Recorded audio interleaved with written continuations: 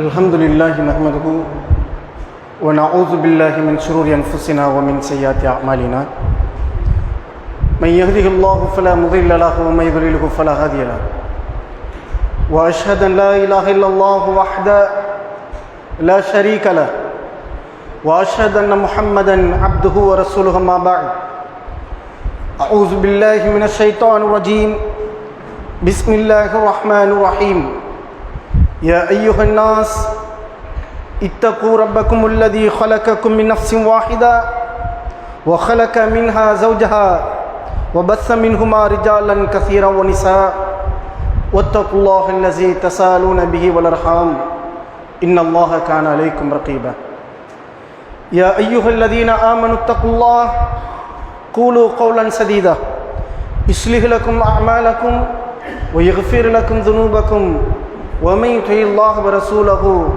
فقد فاز فوزا عظيما صدق الله العظيم. அளவற்ற அருளாளனும் நிகரில்லாத பேரன்புடையவனுமான அல்லாஹுவின் மிக உயர்ந்த திருநாமத்தால் ஆரம்பம் செய்கின்றேன். அந்த ஏக இறைவனுடைய சாந்தியும் சமாதானமும் அவனது அளவில்லாத அருளும் மகத்தான மன்னிப்பும் கருணையும் நம் அனைவர் மீதும் உண்டாகட்டும் என்று பிரார்த்தனை செய்தவனாக, அன்பிற்குரிய எல்லாம் வல்ல அல்லாஹுவின் அடியார்களே, இந்த மாதம்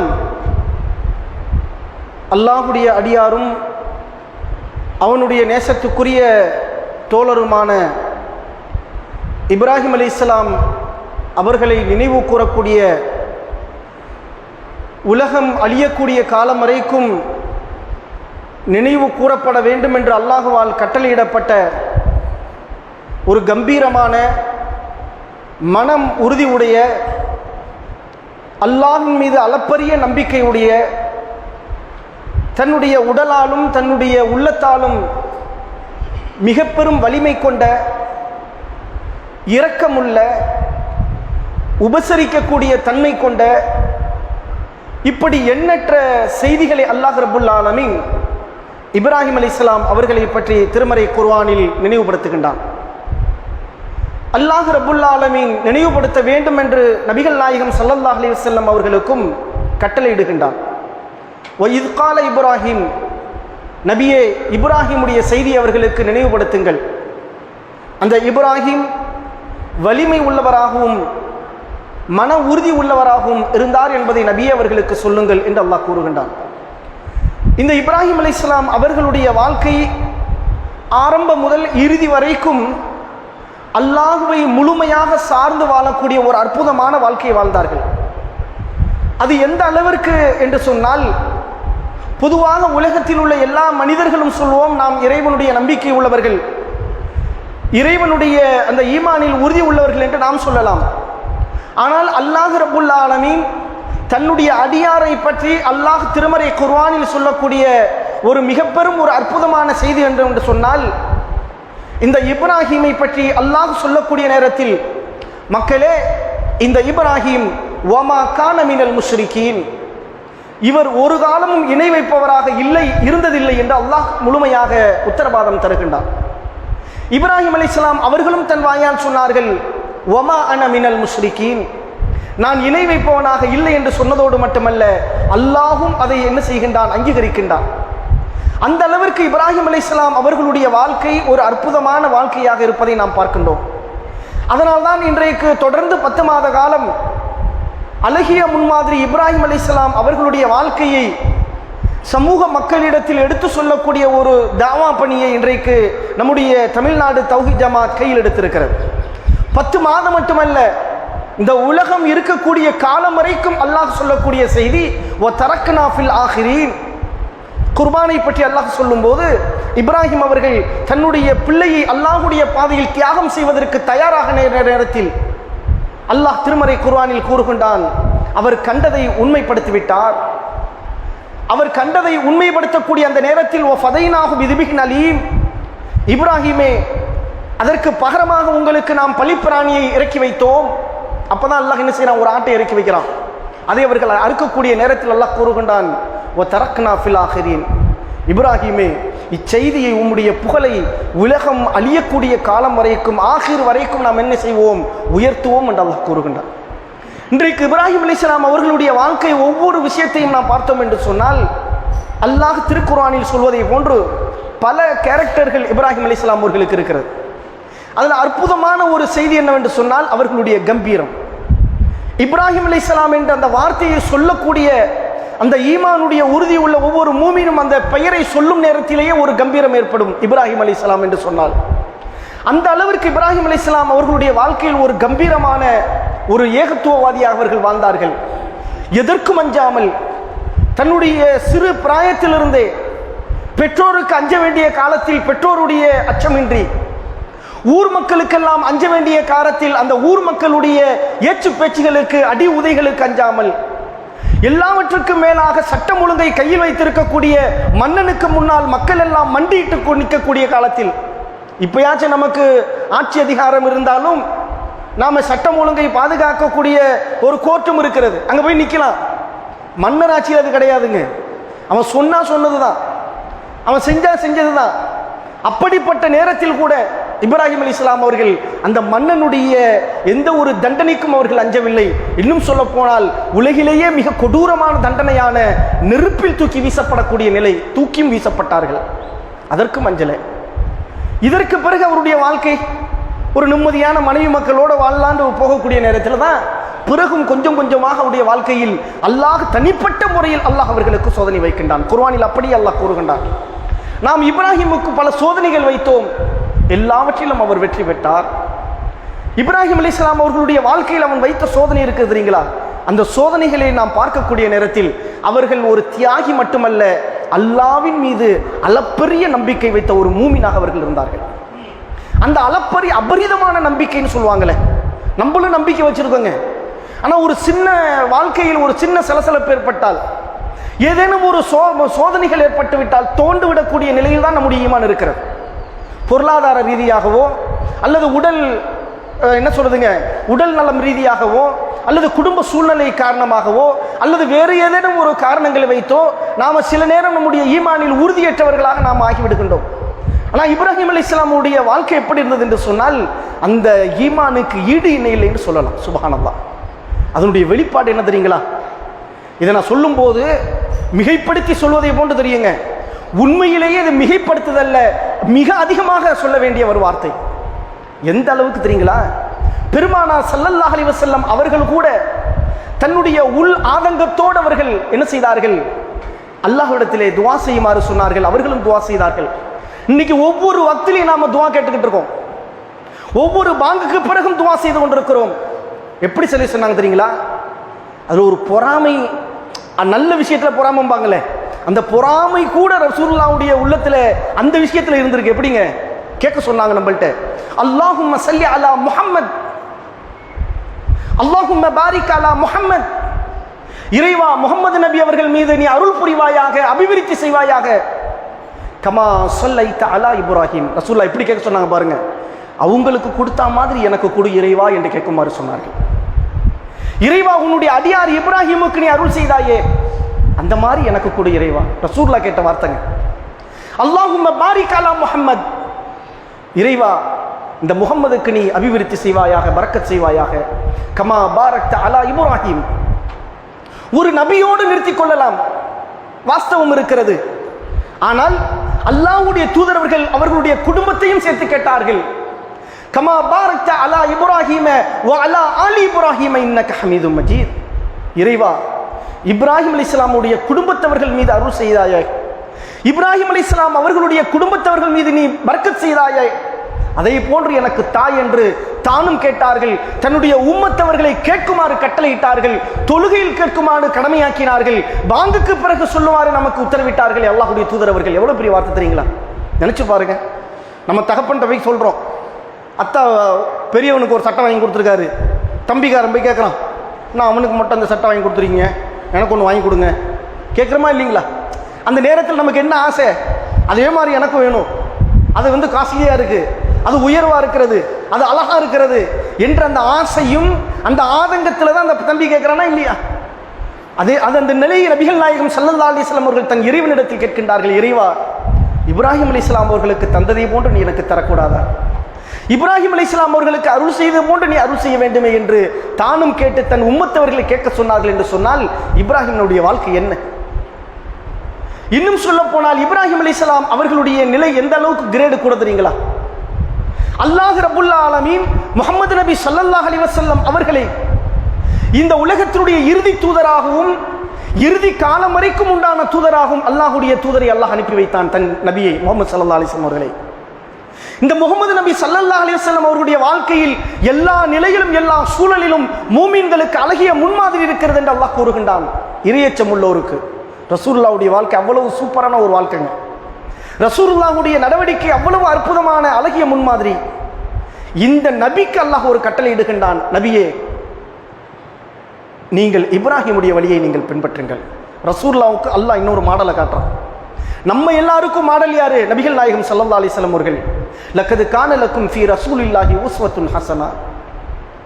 அதே நபிக்கு அல்லாஹ் சொல்லுகின்றான், நபியே இத்தபி மில்லத்த இப்ராஹிம ஹனீஃபா, நீங்கள் இப்ராஹிமுடைய வழியை நீங்கள் பின்பற்றுங்கள் நபியே என்று அல்லாஹ் கூறுகின்றான். இப்ராஹிமுடைய வழி என்ன தெரியுங்களா? நான் ஆரம்பத்தில் சொன்னேனே, ஒரு கம்பீரம், ஒரு மூமின் என்ற கம்பீரம், இறை நம்பிக்கையாளன் என்ற ஒரு கம்பீரம். இரண்டாவது என்ன தெரியுங்களா? அபரிதமான அல்லாஹ்வின் மீது நம்பிக்கை. சுப்ஹானல்லாஹ், அபரிதமான நம்பிக்கைங்க. கடுகளவு கூட எந்த விஷயத்திலும் அவர்கள் என்ன செய்யல, சஞ்சலப்படவில்லை. அல்லாஹ் ரப்புல் ஆலமீன் திருமறை குர்ஆனில் பல இடங்களில் இப்ராஹிம் அலைஹிஸ்ஸலாம் அவர்களை சொல்லுகின்றார். அதில் ஒவ்வொன்றையும் நாம் ஒவ்வொரு ஜும்மால சொன்னாலும் போதுமானதுக்கு நம்ம ஈமான் உறுதிப்படும் இன்ஷா அல்லாஹ். இப்ராஹிம் அலைஹிஸ்ஸலாமுடைய வாழ்க்கையில் ஏற்பட்ட ஒரு அற்புதமான ஒரு சம்பவங்க இப்ராஹிம் அலைஹிஸ்ஸலாமுடைய வாழ்க்கையில். இன்னும் சொல்ல போனால் அவர்களுடைய மனைவி மக்களுடைய வாழ்வையும் ரசூலுல்லாஹ் கேட்டாங்களே, கமா பாரக்த அலா இப்ராஹிம வ அலா ஆலி இப்ராஹிம கமா ஸல்லைத அலா இப்ராஹிம வ அலா ஆலி இப்ராஹிம. இறைவா இப்ராஹிம் அலைஹிஸ்ஸலாம் அவர்களுக்கும் அவர்களுடைய குடும்பத்தவர்களுக்கும் நீ அருள் செய்தாயே என்று. அந்த குடும்பத்தவர்களும் அப்படித்தான் இருந்தார்கள். சுப்ஹானல்லாஹ். இப்ராஹிம் அலைஹிஸ்ஸலாம் அவர்களுடைய மனைவி அன்னை சாரா அவர்கள் முதல் மனைவி, இரண்டாவது மனைவி அன்னை ஹாஜிரா அவர்கள், இந்த இரண்டு மனைவியும் அல்லாஹ் மீது கொண்ட நம்பிக்கை இருக்கிறதே, சுப்ஹானல்லாஹ், அவ்வளவு அற்புதமான ஒரு வாழ்க்கை. அவர்களுடைய பிள்ளைகள் இஸ்ஹாக் அலைஹிஸ்ஸலாம் அவர்களும் இஸ்மாயில் அலைஹிஸ்ஸலாம் அவர்களும் அற்புதமான ஒரு வாழ்க்கை. இஸ்ஹாக் அலைஹிஸ்ஸலாம் அவர்களுடைய வாரிசில் வந்தவர்கள் தான் எண்ணற்ற நபிமார்கள், பனி இஸ்ரவேலுடைய நபிமார்கள். எத்தனை நபிமார்கள், யாக்கூபுலேருந்து யூனுஸ்லேருந்து யூசுப் அலைஹிஸ்ஸலாம்லேருந்து எல்லா நபிமார்களும் அந்த லைன்ல வந்துகிட்டு இருக்கிறாங்க, ஈசா அலைஹிஸ்ஸலாம் வரைக்கும். அதற்கடுத்து ஹாஜிரா அலைஹிஸ்ஸலாம் அவர்கள் மூலமாக பிறந்த இஸ்மாயில் அலைஹிஸ்ஸலாம் அந்த நபியின் மூலமாக வந்தவர்கள் தான், அவர்களுடைய வாரிசுகள் தான் முஹம்மது நபி ஸல்லல்லாஹு அலைஹி வஸல்லம் அவர்கள், அவருடைய உம்மத்தவர்கள் தான் நாம. இந்த இஸ்மாயில் அலைஹிஸ்ஸலாம் அவர்களும் அவர்களுடைய மனைவி ஹாஜிரா அவர்களும் செய்த காரியங்கள் இருக்கிறதே, ஒரு தனிப்பட்ட ஒரு அடியாருடைய செயல்களை அல்லாஹ் கடமையாக்கி இருக்காங்க. நீங்க இதெல்லாம் ரசூலுல்லாஹ் பார்த்துட்டு தான் யா அல்லாஹ் அந்த மாதிரி எனக்கு நீ அருள் செய்யுன்னு கேட்டாங்க. இன்றைக்கு ஹஜ்ஜுக்கு போய் இவ்வளவு ஆக்டிவிட்டி செஞ்சுட்டு வராங்களே, என்னது? தொழக்கூடிய தொழுகையை தவிர மற்ற அனைத்தும் என்ன? இப்ராஹிம் அலைஹிஸ்ஸலாமுடைய வாழ்க்கை, இப்ராஹிம் அலைஹிஸ்ஸலாம் அவருடைய செயல், இப்ராஹிம் நபியுடைய மனைவியினுடைய பிள்ளைகளுடைய செயல், இதை நீங்கள் செய்யுங்கள், அல்லாஹுடைய கடமை என்று அல்லாஹ் நமக்கு கடமையாக்கினார். இப்ராஹிம் கல் எடுத்து அடிக்கிறோமே, போய் ஜம்ஜம் தண்ணி குடிக்கிறோமே, சஃபா மர்வால ஓடுறோமே, எல்லாம் இப்ராஹிம் அலைஹிஸ்ஸலாத்துடைய ஆக்டிவிட்டி. இப்ராஹிம் அலைஹிஸ்ஸலாமுடைய காலத்திற்கு பிறகுதான் அங்கு ஹஜ் என்ற ஒரு கடமையை உருவாக்கப்பட்டது, திருக்குர்ஆன் சொல்லுகிறது. அதற்கு முன்பது தொழக்கூடிய ஒரு பள்ளிவாசல் தான். இப்ராஹிம் அலைஹிஸ்ஸலாமுடைய காலத்திற்கு பிறகுதான் அவர்கள் இருவரும், அவரும் அவருடைய பிள்ளை இஸ்மாயில் அலைஹிஸ்ஸலாம் அவர்களும் அந்த காபத்துல்லாவை புனர் நிர்மாணம் செய்கின்றார்கள், ரெனோவேஷன் பண்றாங்க. அவர்கள் நின்று கட்டி அந்த காலடி தடம் இருக்கக்கூடிய இடத்தில் அல்லாஹ் கட்டளை இடுகின்றான், நபியே, ரசூலுல்லாஹ் சொல்றான், நபியே அந்த இடத்தில் நீங்கள் முஸல்லாவாக ஆக்குங்கள், தொழுமிடமாக ஆக்குங்கள் என்று அல்லாஹ் கூறுகின்றான். 2 ரக்காயத்து போய் தொழுறோம் தவாப் செஞ்சுட்டு. ஒன்று அல்லாஹ் கடமையாக்கினான் என்று சொன்னால், ஒரு மனிதருடைய வாழ்க்கையை ஒரு ஃபர்லான கடமையாக அல்லாக்குகிறான் என்று சொன்னால் எவ்வளவு அற்புதமான விஷயம் தெரியுங்களா உள்ள இருக்கிறது. இப்ராஹிம் அலைஹிஸ்ஸலாமுடைய வாழ்க்கையில் பல சம்பவங்களை நாம் பார்க்கலாம். அதில் முக்கியமான ஒரு சம்பவங்க, தன்னுடைய மனைவி மக்கள் ஏற்கனவே அவங்களுக்கு சாரா அலைஹிஸ்ஸலாம் அவர்கள் மூலமாக யஹ்யா அலைஹிஸ்ஸலாம் அவர்கள் பிறக்கின்றார்கள். அதுவே நீண்ட காலத்துக்கு பிறகு வயோதிகமான நிலை. அந்த நேரத்தில் அவர்களுடைய சுப செய்தி சொல்வதற்காக மலக்குமார்கள் வளர்றாங்க. அப்போ கூட இப்ராஹிம் அலைஹிஸ்ஸலாம் அவர்களுக்கு ஆச்சரியம், இன்னும் கிளடி தட்டி போன எனக்கா பிள்ளை அப்படின்னு கேட்குறாங்க. அல்லாஹ் கொடுப்பான், இது ஒன்றும் ஆச்சரியமான செய்தி இருக்கிறேன்னு கேட்குறாங்க. அப்போ மலக்குமார்கள் கேட்குறாங்க, இப்ராஹிமே, அல்லாஹுடைய அருளும் அவனுடைய பரக்கத்தும் பெற்ற நீங்களும் ஆச்சரியப்படுறீங்க, அல்லாஹ் உங்களுக்கு சுப செய்தி சொன்னான்னு சொன்னாங்க. அந்த காலத்தில் தான், வயோதிக காலத்தில் இஸ்ஹாக் அலைஹிஸ்ஸலாம் பிறக்கிறாங்க. அதற்கு பிறகு அன்னை ஹாஜிரா அவர்களுக்கு இஸ்மாயில் அலைஹிஸ்ஸலாம் பிறக்கிறாங்க. அதுக்கு பிறகு எவ்வளோ காலம் இருக்கும்?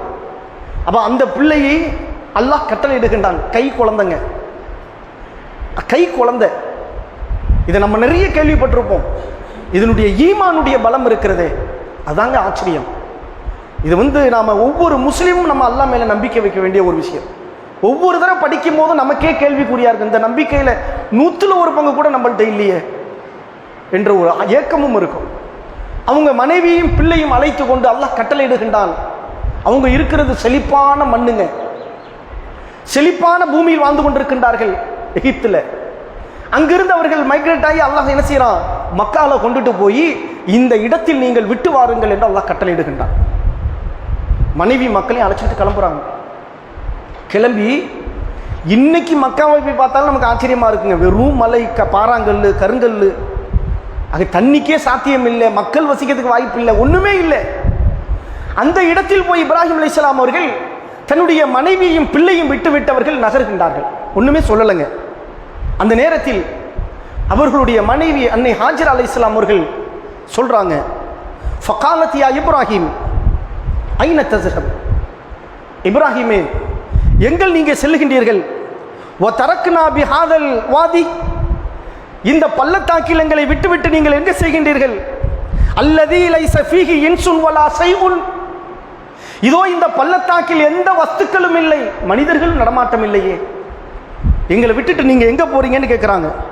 ஃபகாலத் லஹு ذلك மிராரன், ஒரு தடவைக்கு பதில் சொல்லலை இப்ராஹிம் அலைஹிஸ்ஸலாம் அவர்கள்.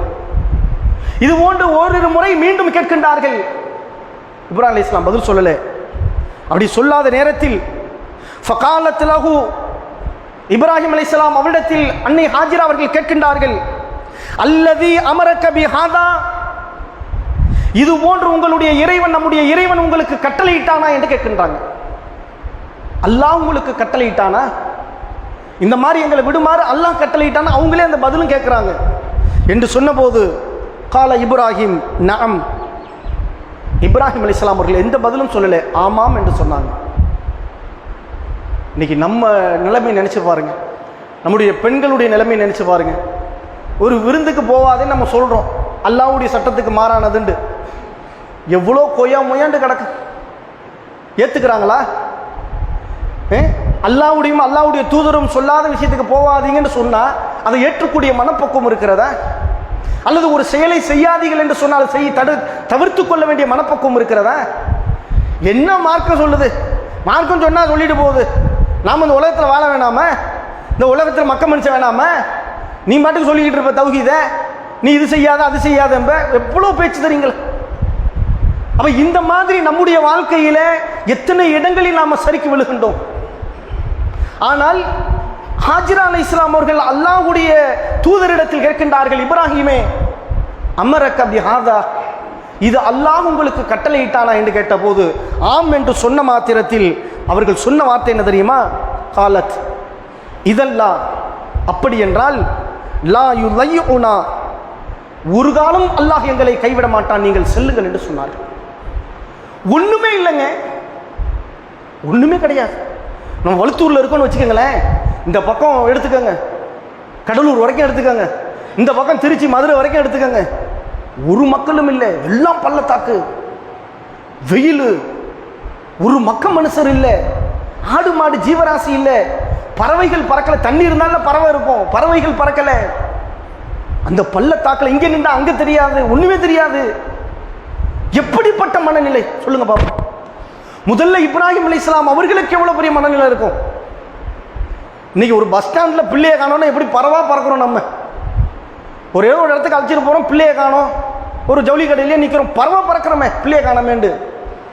அப்படி அந்த மாதிரி ஒரு வாழ்க்கையில் இருக்கக்கூடிய நாம, இப்ராஹிம் அலைஹிஸ்ஸலாம் அவர்கள் மனைவி மக்களை ஒண்ணுமே இல்லாத, அது காலம் கடந்து படுத்த பிள்ளை எப்படி இருக்கும், எவ்வளவு பாசம் இருக்கும். அவங்களுக்கு ஒரு நம்பிக்கை இப்ராஹிம் அலைஹிஸ்ஸலாத்துக்கு. அதைத்தான் அல்லாஹ் சொல்றான், நபியே இப்ராஹிமுடைய வாழ்க்கையை நீங்கள் அவர்களுக்கு எடுத்து சொல்லுங்கள். சும்மா குர்பானி கொடுக்கறது பெருசு இல்லைங்க. ரொம்ப 3500 ரூபாய்க்கு சேர்ந்துவிட்டு நானும் கூட்டு குர்பானி கொடுத்தேன், நானும் வந்து செஞ்சேன். நாளைக்கு இப்ராஹிம் அலைஹிஸ்ஸலாத்துல போய் நாளைக்கு சொர்க்கத்தில் எல்லாரும் இருப்பாங்க, சொர்க்கத்தில் எல்லோரும் இருப்பாங்க நபிமார்கள். நம்மளும் போகிறோம், என்ன இப்ராஹிம் அலைஹிஸ்ஸலாம் உட்காந்து அஸ்ஸலாமு அலைக்கும் பார்த்தா என்ன, நானும் குர்பானிலாம் கொடுத்துருக்கேங்க. அப்படியா, வேற என்ன செஞ்சேன்? என்ன எல்லாத்துக்கும் எல்லா விருந்தும் தீம்பேன், எங்கெல்லாம் போவேன், சினிமா பார்ப்பேன், படம் பார்ப்பேன், வட்டி வாங்குவேன், எல்லா பாவத்தையும் செஞ்சேன், குர்பானி கொடுத்தேங்க. வாங்க உட்காருங்கன்னு சொல்லுவாங்க, கற்பனையில் கொண்டுட்டு வாங்க. இவ்வளோ தியாகம் செஞ்சு நபிமார்கள் உள்ள உட்காந்துருக்காங்க. இவன் ஒன்றுமே செய்யாமல் ஒரு முஸ்லீம்னு பேர் வச்சுக்கிட்டு 3000 ரூபாய்க்கு குர்பானி சேர்ந்து அதில் முக்கா கறியை உப்பு காணம் போட்டு இப்ராஹிம் அலைஹிஸ்ஸலாம் பக்கத்தில் மின நபியீன வ சித்திகீன வ ஷுஹதாஇ வ ஸாலிஹீன் அல்லாஹ் சொல்றாங்க. இப்போ இப்ராஹிம் நபியுடைய வாழ்க்கையில் உனக்கு என்ன முன்மாதிரி இருக்கு தெரியுமா? ரசூலுல்லாஹ் சொல்றாங்க, அல்லாஹ் எடுத்து சொல்லுகின்றான். வெறும் குர்பானி இல்லைங்க, இந்த குர்பானி என்பது கடைசியாக பகரமாக நாம் அனுப்பினோம் அவருக்கு. நீங்கள் செய்த அத்துணை தியாகங்களுக்கும் பகரமாக அதுக்கு பதிலாக நாம் அனுப்பினோம். அதுதான் பிரதானம் அல்லங்க. அதனாலதான் அல்லாஹ் திருக்குர்ஆன் அந்த குர்பானியை பற்றி சொல்லும் போது கூட லை யனாலல்லாஹு லுஹூமுஹா வலா திமாஉஹா, நம்ம இருக்கிற குர்பானி ரத்தமும் இறைச்சியும் தோலும் அல்லாஹ்க்கு தேவை, எதுவுமே தேவையில்லை. படையலா பண்றோம், ஒன்றும் தேவை கிடையாது. ரஹ்மானுக்கு, படைத்த இறைவனுக்கு எதுவும் தேவையில்லை. அல்லாஹு ஸமத், அவன் தேவைகளற்றவன். வலாக்கி யனாலுஹு தக்வா மின்கும், மாறாக உங்களுடைய இறையச்சம் தான் அல்லாஹுக்கு தேவை என்று அல்லாஹ் கூறுகின்றான். இந்த தக்வா இருக்கு தெரியுங்களா? நாம இருக்கும் போது யா அல்லாஹ், எப்படி இப்ராஹிம் நபி அவர்கள் எதற்கும் துணிந்தார்களோ, எதையும் செய்வதற்கு அவர்கள் தயாரானார்களோ, இறைவா நாங்களும் தயாராக இருக்கின்றோம். இறைவா நாங்கள் தயாராக இருக்கிறோம், எங்களால் முடிந்த தியாகங்களை அல்லாஹுக்காக செய்வோம். இந்த நம்பிக்கை நமக்கு வரணுமுங்க. எதெல்லாம் தியாகம் செஞ்சு சொல்லுங்க பார்ப்போம். நம்ம நேரத்தை அல்லாஹ் உட்காந்து தியாகம் செஞ்சிருக்கிறோமா? தொழுகை விஷயத்துல, இபாதத்து விஷயத்தை நம்முடைய நேரத்தை செலவு செஞ்சோமா? ஒரு நேரம் வருங்க, நமக்கான தவணை நெருங்கக்கூடிய நேரத்தில் நம்ம ஆசைப்படுவோம், நாம் தொழுதிருக்கலாமே, இபாதத் செஞ்சிருக்கலாமே என்று நேரங்கள் முடிக்கப்பட்டுவிடும், ஏடுகள் எல்லாம் சுருட்டப்பட்டுவிடும், மூடப்பட்டுவிடும். பிரயோஜனம் இல்லை. அவன் எதை நாம தியாகம் செஞ்சோம்? எந்த தியாகத்தோடு ஒப்பிட்டு நாம இப்ராஹிம் அலைஹிஸ்ஸலாமுடைய வழின்னு நம்ம சொல்றோம்? இங்க எப்பேற்பட்ட தியாகம் தெரியுங்களா இப்ராஹிம் அலைஹிஸ்ஸலாமுடைய தியாகம். மனைவி மக்களை அல்லாஹ்வின் மீது தவக்கல் வைத்து விட்டு விட்டு வருகின்றார்கள். ஒரு ஐடியா கூட கொடுக்கலங்க, தெரியுங்களா உங்களுக்கு? அந்த ஹதீஸ்ல அப்படியே வருது. தன் மனைவியும் பிள்ளையும் விட்டு விட்டு திரும்பி செல்லுகின்றார்கள். ஃபரஜஅத, அங்கிருந்து திரும்பி விட்டார்கள். ஐடியா கூட சொல்லலை, இங்கே உட்காந்துக்கம்மா, யாராச்சும் வந்தா கொண்டா பாரு, கூப்பிடு, வியாபார ஒட்டகம்லாம் போகும், ஏதாச்சும் அதெல்லாம் பேசவே இல்லை. அல்லாஹ் தானே விட சொன்னான், அல்லாஹ் தானே இங்கே விடுமாறு என கட்டளை இட்டான். அந்த அல்லாஹ் காப்பாற்றுவான்ட்டு அவங்க போறாங்க. அதை விட மேலான ஒரு பாக்கியம் என்ன தெரியுமா? அவர்களுடைய மனைவி சொன்ன வார்த்தை, இதெல்லாம் யுலையுனா, அப்படி என்றால் நீங்கள் செல்லுங்கள், அல்லாஹ் எங்களை ஒரு காலமும் கைவிட மாட்டான் என்று சொன்னார்கள். சத்தியம் நடந்தது, உண்மை நடந்தது. என்ன தெரியுங்களா? பிள்ளை அழுவு சத்த நேரத்தில்ங்க, அழக்கூடிய நேரத்தில் ஓடுகின்றார்கள். சஃபாவிலிருந்து மருவா வரைக்கும், மருவாலிருந்து சஃபா வரைக்கும். இன்னைக்கு ஓடுறோமே நம்ம, 3வது ஓட்டத்திலே நாடி நரம்பெல்லாம் பிடிச்சி இழுக்குங்க காலெல்லாம். 2 ஓட்டம் ஓடலாம் வாலிபமாக இருக்கிற பிள்ளைங்களே. 3வது தர அந்த சஃபா மரம் நடக்கும் போதே கெட்ட கால் நரம்பெல்லாம் பிடிச்சி இழுக்கும். 7 தடவை ஓடினார்கள். நீங்கள் நினைவு கூறுங்கள் என்று அல்லாஹ் கூறுகின்றான். அவர்கள் செய்த தியாகம், அல்லாஹ்வின் மீது நம்பிக்கை கொண்டு சஃபாவிலிருந்து மருவாவிலிருந்து எங்கேனும் தண்ணி கிடைக்குமா, என் இறைவன் எங்களுக்கு தண்ணி தரமாட்டான் என்ற நம்பிக்கையில் ஓடினார்களே அந்த தாய், நினைவு கூறுங்கள் அந்த ஈமானை என்று அல்லாஹ் கூறுகின்றான். செத்த நேரத்தில் ஜிப்ரீல் அலைஹிஸ்ஸலாம் வருகின்றார்கள், காலடி பாதத்தை உதைக்கின்றார்கள். அங்கிருந்து தண்ணீர் பீரிட்டு வருகிறது. அந்த பீரிட்டு வந்த தண்ணி அவங்க ஜம்ஜம்னு நிறுத்துறாங்க. இல்லைன்னா உலகமே போதுமான அளவுக்கு தண்ணி வந்திருக்கும். இன்னைக்கும் தண்ணி வந்துகிட்டு இருக்குங்க. உலகத்தில் எந்த விஞ்ஞானியாலும் கற்பனை செய்து பார்க்க முடியாத ஒரு ஆச்சரியம். அந்த தண்ணியிலே அவ்வளவு அற்புதம் இருக்கிறது. அதை உண்பதற்கும் நாம என்ன சொல்றதுங்க, ஆரோக்கியம் பெறுவதற்கும் உண்டான சக்தி அதில் இருக்குதுங்கிறான் அன்னைக்கு உலகமே. ஜம்ஜம் தண்ணி, அந்த தண்ணி கிடைக்கிது. தண்ணி வந்த பிறகு என்ன ஆகும்? செடி கொடிலாம் முளைக்குது. பிள்ளைக்கு அந்த உண்மையிலேயே ஜம்ஜம் தண்ணி குடிச்சா, நம்ம தண்ணி சாதாரண நம்ம ஊரில் தண்ணியை குடிச்சாக்க தாகம் தாங்க அடங்கும். ஆனால் ஜம்ஜம் நீரில் ஒரு பியூட்டி என்னன்னா, பசியும் அதை ஆற்றும். ஜம்ஜம் தண்ணியை குடிச்சா பசி ஆறுங்க, பசிக்காது. சுபஹானல்லாஹ், ரசூலுல்லாஹ் சொல்றாங்க. அதை அந்த ஜம்சம் நீரை குடித்து தாயும் பிள்ளையும் ஆளுகின்றார்கள். சிறிது காலத்தில் செடி கொடிகள் எல்லாம் முளைக்கிறது. அங்கே புற்பூண்டுகள் வந்த மாத்திரத்தில் பறவைகள் அங்கு சரணாலயம் அடைகிறது.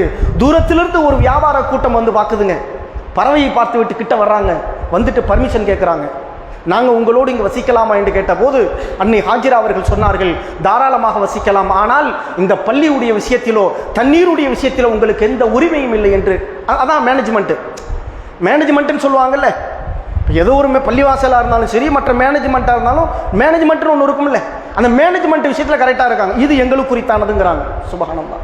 அதற்கு பிறகுதான் மக்கள் எல்லாம் வசிக்கின்றார்கள். இன்றைக்கு கோடான கோடி பேர் அங்கே போய்கிட்டு இருக்காங்க. சுபஹானல்லாஹ். இந்த ஈமான் இருக்க, அந்த ஹாஜிராலே ஒரு 2 வரி தாங்க அந்த ஹதீஸு. அந்த 2 வரி ஹதீஸில் அவ்வளவு பெரிய ஈமானிய பலத்தை நாம் பார்க்கின்றோம். ஆக அன்பிற்குரிய சகோதரர்களே, நாமளும் நம்முடைய வாழ்க்கையில் அல்லாஹ்வின் மீது அளப்பரிய நம்பிக்கை உள்ளவர்களாக இருக்கணும். அது வரணும், அந்த நம்பிக்கை ஏற்படுத்திக் கொள்ளணும். இப்ராஹிம் அலைஹிஸ்ஸலாத்துடைய வாழ்க்கை இருந்து அதைத்தான் அல்லாஹ் சொல்றான், நபியே நீங்கள் இப்ராஹிமை பின்பற்றுங்கள், இந்த ஈமானிய பலத்தை நீங்கள் பெறுங்கள், அபரிதமான நம்பிக்கை அல்லாஹ் மீது வையுங்கள், ஒரு காலம் நீங்கள் இறைவன் கைவிட மாட்டான் என்று அவரும் அவருடைய மனைவியும் அவருடைய பிள்ளைகளும் நம்பினார்களே, அதுபோன்று நீங்கள் நம்புங்கள் என்று சொன்னதினால்தான், அல்லாஹ் அவர்கள் மீது அருள் செய்ததினால்தான் நபிகள் நாயகம் ஸல்லல்லாஹு அலைஹி வஸல்லம் அவர்கள் துஆ செய்யுமாறு கட்டளையிட்டார்கள். அல்லாஹும்ம ஸல்லி அலா முஹம்மத். இன்னும் சொன்னாங்க, வெள்ளிக்கிழமை அதிகம் அதிகம் என் மீது ஸலவாத்து சொல்லுங்கள். நாங்கள் இன்றைய நாள் என் மீது அதிகம் அதிகம் ஸலவாத்து சொல்லுங்கள், அல்லாஹ் உங்களுக்கு அருள் புரிவான் என்று சொன்னார்கள். சுபஹானல்லாஹ். துவா என்ன இதில் என்ன இருக்குது? ஒன்றுமே இல்லைங்க. ரசூலுல்லாஹ் தனக்காண்டி அல்லாஹ்ட்ட துவா செய்ய சொன்னாங்க. கேட்டுக்கிட்டே இருங்க, அல்லாஹ் எனக்கு நல்லது செய்வான்னு நினச்சிக்கிட்டாங்க ரசூலுல்லாஹ். அந்த நம்பிக்கை ரசூலுல்லாஹ்வுக்கு, அதே நம்பிக்கை அல்லாஹும் அவர்களுக்காக வேண்டி தருகின்றான். மக்காமே மஹ்மூத் என்ற உயர்ந்த அந்தஸ்துள்ள ஒரு சொர்க்கத்தை ரசூலுல்லாஹ்வுக்கு அல்லாஹ் வைத்திருக்கின்றான். ஆக அன்பிற்குரிய சகோதரர்களே, இந்த இப்ராஹிம் அலைஹிஸ்ஸலாமுடைய வாழ்க்கையில் வெறுமனே குர்பானி, அஜிபர்னா, புது ட்ரெஸ்ஸு, இதெல்லாம் ஒரு சம்பிரதாயம், அவ்வளோதான். ஒரு நடவடிக்கையில் நம்ம கொண்டு வந்துகிட்டு இருக்கோம். இதெல்லாம் தாண்டி ஒன்று இருக்கிறது என்று சொன்னால் அதுதான் அந்த ஈமான். அந்த ஈமானில் உறுதியாக இருப்பதற்கு அல்லாஹ் ரப்புல் ஆலமீன் தௌஹீது சிந்தனை உள்ள நமக்கு அல்லாஹ் மேலும் அந்த தௌஹீதினுடைய கொள்கையில் உறுதியாக இருப்பதற்கு அருள் செய்ய வேண்டும் என்று பிரார்த்தித்து முதல் அமர்வு செய்கின்றேன். அஸ்ஸலாமு அலைக்கும்.